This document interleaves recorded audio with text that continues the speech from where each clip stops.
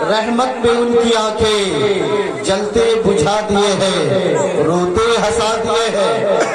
اور آگے ارشاد فرماتے ہیں اللہ کیا جہنم اب بھی نہ سرد ہوگا، کن کے لیے؟ ہم گناہگاروں کے لیے۔ اللہ کیا جہنم اب بھی نہ سرد ہوگا، کن کے لیے؟ بے نمازیوں کے لیے۔ اللہ کیا جہنم اب بھی نہ سرد ہوگا، کن کے لیے؟ روزہ نہ رکھنے والوں کے لیے۔ اللہ کیا جہنم اب بھی نہ سرد ہوگا، کن کے لیے؟ اپنے ماں باپ کے نافرمانی کرنے والوں کے لیے۔ اللہ کیا جہنم اب بھی نہ سرد ہوگا، کن کے لیے؟ ہم گناہگاروں کے لیے۔ سرکار اعلیٰ حضرت ہم سنیوں کی جان امام احمد رضا خان فاضل بریلوی ارشاد فرماتے ہیں یا رسول اللہ، اللہ کیا جہنم اب بھی نہ سرد ہوگا، رو کے مصطفیٰ نے دریا بہا دیے ہیں۔ اور آگے ارشاد فرماتے ہیں میرے کریم سے در قطرہ کسی نے چاہوں گا، میرے کریم سے در قطرہ کسی نے مانگا، دریا بہا دیے ہیں۔ اور شاید کہتا ہے مزاج عشق کا موسم بدلنے لگتا ہے، اندھیرا کاٹ کر سورج نکلنے لگتا ہے، اور یہ بسواری کیمپ کے مسلمان شام سے لے کر اب تک آپ بیٹھے ہیں، اور آپ کے مزاج کو میں دیکھ رہا ہوں اور پڑھ بھی رہا ہوں، بالکل خاموش ہو کے بیٹھے ہیں۔ لیکن اے بسواری کے سنی مسلمانوں، آپ نے دیکھا نہیں ہے ہر انسان بول رہا ہے، آپ نہیں بولو گے، ہر پارٹی بول رہی ہے، آپ نہیں بولو گے، ہر جماعت بول رہی ہے، آپ نہیں بولو گے، لیکن اے بسواری کے سنی پرانی مسلمانوں، آپ کے بولنے میں اور ان کے بولنے میں فرق ہے۔ جب ایک پارٹی بولتی ہے تو اپنی بولی بولتی ہے، جماعت جب بولتی ہے تو اپنی بولی بولتی ہے، اور انسان بولتا ہے تو اپنے خاندان اپنے باپ دادا کی بولی بولتا ہے، لیکن جب مسلمان بولتا ہے تو پارٹی کی بولی نہیں بولتا، مسلمان بولتا ہے تو جماعت کی بولی نہیں بولتا، اور لوگ بولتے ہیں تو اپنے خاندان کی بولی بولتے ہیں، لیکن جب ایک عاشق رسول بولتے ہیں تو اپنے خاندان اپنے باپ دادا کی بولی نہیں بولا کرتے، بلکہ رسول سبحان اللہ۔ اس لیے مسلمانوں میں جاتے وقت کا موسم بدلنے لگتا ہے، اور اندھیرا کاٹ کر سورج نکلنے لگتا ہے۔ آگے ہو کے بیٹھے نا، آگے ہو کے کرتے جاتے ہیں اس میں۔ نبی کے ذکر کو سن کر پتھر پگھلنے لگتا ہے۔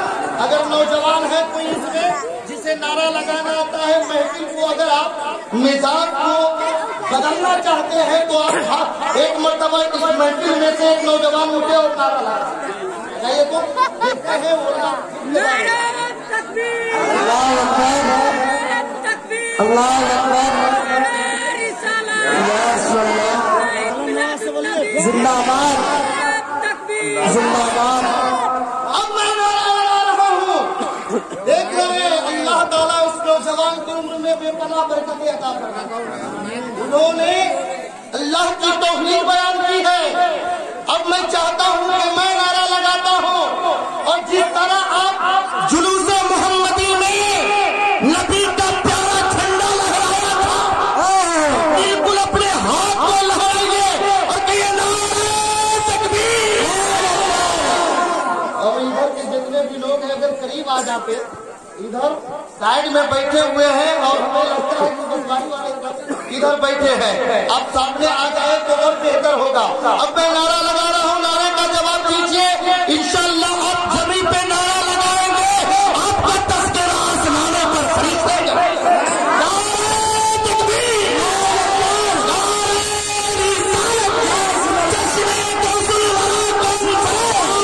دیکھیے حضرت یہ نیپالی کا ہاتھ ہے، جب جب کے ہاتھ اٹھا ہے زمانے میں انقلاب پیدا ہوا، نیپال کے سرزمین پر جب حکومت نے ہاتھ اٹھائی تو انقلاب پیدا ہوا، اور ہندوستان کا سرزمین پر دیکھیے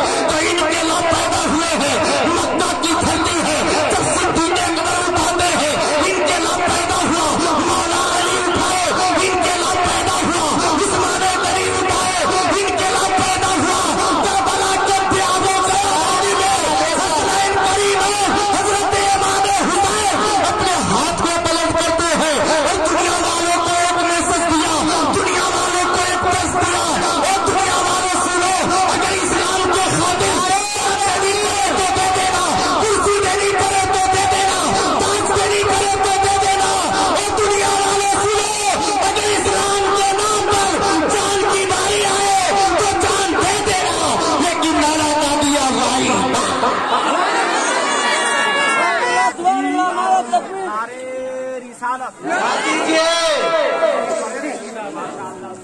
ارے آپ اس زمین پہ ہاتھ اٹھاؤ دنیا دار کے لیے ہاتھ اٹھاؤ گے تو کرسی ملے گی رسول اللہ کے نام پر ہاتھ اٹھاؤ گے تو کرسی نہیں بلکہ جنت میں ماشاء اللہ سبحان اللہ سبحان اللہ بہت اچھا میں چاہتا ہوں کہ اپنے ہاتھ کو سلامت رکھنا چاہتے ہیں علماء کرام یہاں کی بارگاہ میں ایک دم بالکل ان کے موجودگی میں یہ بات کہنے جا رہا ہوں جو ہاتھ نبی کے نام پر اٹھتا ہے اس ہاتھ میں لقوے کی بیماری نہیں ہے اب جس کا جو لقوے کی بیماری سے بچنا چاہتے ہیں تو اپنے ہاتھ کو اٹھا کر بولیے یا رسول اللہ. یہ جشن غوث الورا کانفرنس ہے اور یہاں سے میں ایک میسج دے رہا ہوں اپنے ماننے والوں کو اور علماء امت مصطفیٰ اسٹیج پہ رونق افروز ہے.